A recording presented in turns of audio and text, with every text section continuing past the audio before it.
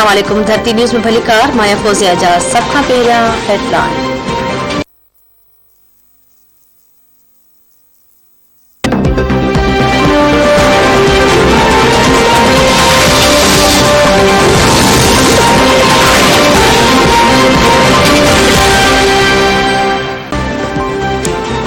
नवाज शरीफ के वापस आने लाए अटॉर्नी जनरल के हिदायत कई है।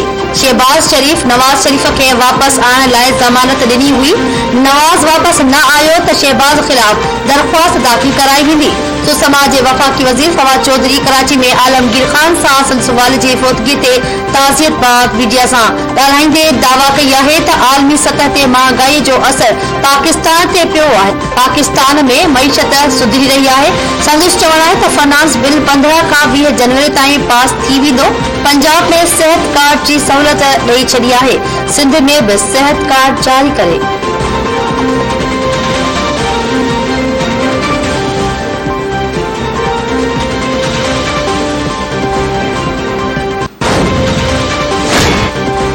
मुस्लिम लीग नून के एमपीए बिलाल यासीन ते फायरिंग में इस्तेमाल थियल पिस्तौल पुलिस हथ करे वरतो। पुलिस अञा ताईं जाबदारनि जी सुञाणप करे न सघी।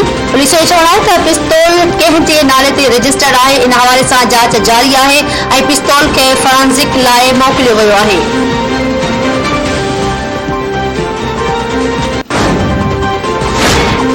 अवाम ते पेट्रोल बम किराइण खां पोइ बिजली जा झटका ॾियण जूं तैयारियूं। मुख़्तलिफ़ कंपनियुनि पारां बिजली जा अघ वधाइण लाइ दरख़्वास्त नेपरा हवाले। महांगाई जे मारियल अवाम ते वधीक 17 अरब 85 करोड़ रुपयनि जो भार विझण लाइ हिक ॿी दरख़्वास्त नेपरा खे ॾिनी वई। बिजली तक़सीम कंदड़ कंपनियुनि पारां ॾिनल दरख़्वास्त में साल जे पहिरीं टिमाही में एडजस्टमेंट जी मद में अवाम खां ओगाड़ी जी घुर कई वई। पेस्को आइस्को पेस्को अरबी रुपया एडजस्टमेंट जी मद में ओगाण जी दरख़्वास्त नेपरा के ॾेई छॾी। नेपरा जो चवण है तो कंपनियुनि जी दरख़्वास्त ते ॿुधणी 12 जनवरी ते थींदी।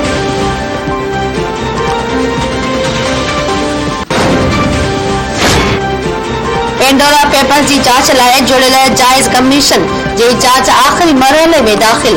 वफाकी वजीर फवाद चौधरी तस्दीक करे छड़ी। कमीशन 700 मां 240 नालन में अक्सरियत की जांच मुकम्मल करे वरती। 200 का वधिक पाकिस्तानी जवाब जमा कराए छड़ियो। अक्सरियत मनी लॉन्ड्रिंग के इल्जाम के रद्द करे छड़ियो। कमीशन मूजिब ICI जी वधिक नाला मोकले तो उन्हनि जी भी जांच थींदी। फैक्ट फाइंडिंग इंक्वायरी जो पहिरियों मरहलो जनवरी के आखिर ताईं पूरो थियण जो इम्कान है।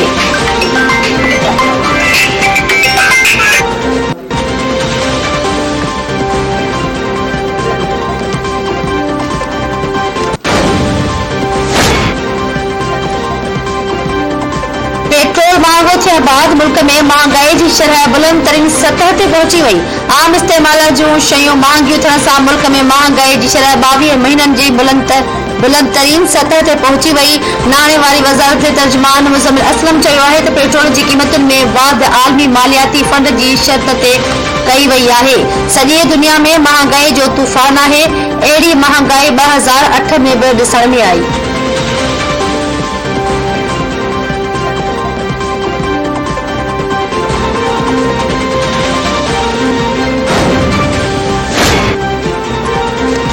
खैबर पख्तूनख्वा गिलगित इस्लामाबाद में जिलजिले जा लोड़ा शहरी खौफ में वठजी विया।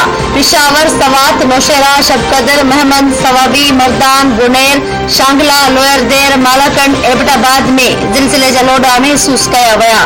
चित्राल में भी जिलजिले सबब माण्हू घरनि खां ॿाहिरि निकिरी आया। कंहिं बि जानी या माली नुक़सान जा इतला न मिलिया। PMD मूजिब जिलजिले जो मरकज़ अफगानिस्तान ताजिकिस्तान बॉर्डर हुयो।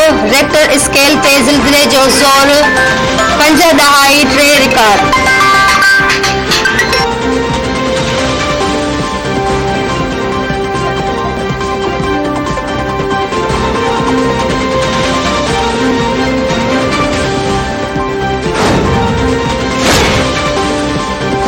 पाकिस्तान में कोरोना विघे वधीक 8 मरीज फौत। NCOC पारां 24 कलाकनि दौरान वधीक 594 नवन केसनि जी तस्दीक। हाकारी केसनि जी शरह 1.3% रही।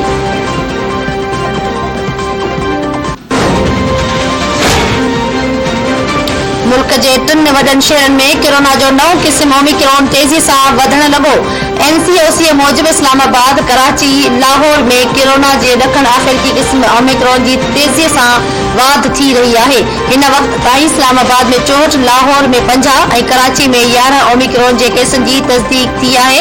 NCOC जे सरबराह असद उमर पंहिंजे ट्वीट में कोरोना जी नई लहर जो ख़दशो ज़ाहिर करे छॾियो। संदसि चवणु आहे त कराची में ओमिक्रॉन जा केस वधी रहिया आहिनि। नई लहर खां बचण जो बहितरीन हल मास्क पाइणु आहे।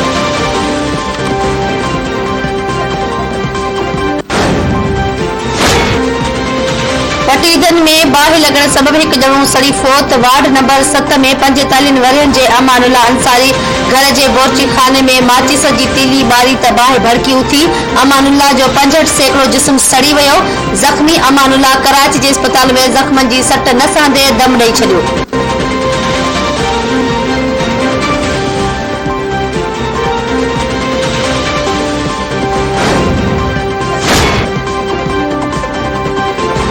दाल के लकी गुलाम शाह जो रहवासी अब्दुल्ला सोलंकी धालियल वटि यरगमाल मुगवी अब्दुल्ला सोलंकीअ जी वीडियो सोशल मीडिया ते वायरल थी वई। मुगवी वीडियो में चयो आहे त SSP धालियलनि जा कुझु माण्हू गिरफ़्तार कया आहिनि, जंहिं सबबि खेसि अगवा कयो वियो। खेसि जंग में गोली पिणु लॻी आहे। SSP शिकारपुर उन्हनि जा माण्हू आज़ाद करे ॿी सूरत में धालियल खेसि क़तलु करे छॾींदा।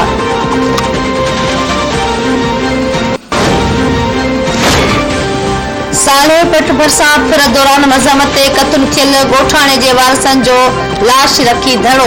मिठू शंभाणी जे वारस रोहड़ी चूंडको लिंक रोड ते मक़तूल जो लाश रखी धरणो हुयो।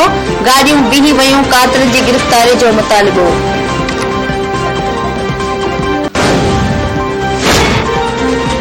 इसराइल जा फ़लस्तीनी इलाक़े गज़ा पट्टी ते मिसाइल हमला।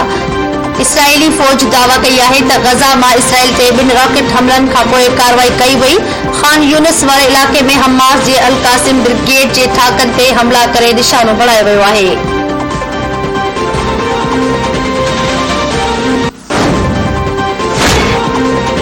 ऐं अमेरिकी शहरी ख़ैबर पख्तूनख्वा में ₹3 करोड़ एविज़ क़ौमी जानवर मारखोर जो शिकार करे सिंह पाण सां गॾु खणी वियो।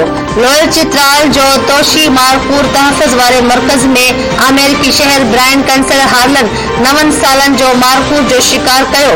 अमेरिकी शहरी शिकार लाइ $60,000 जी ॿोली लॻाई हुई। अमेरिकी शहरी इनाम तौरु मारखोर जा 45 इंच डिघा सिंह पाण सां गॾु खणी वियो।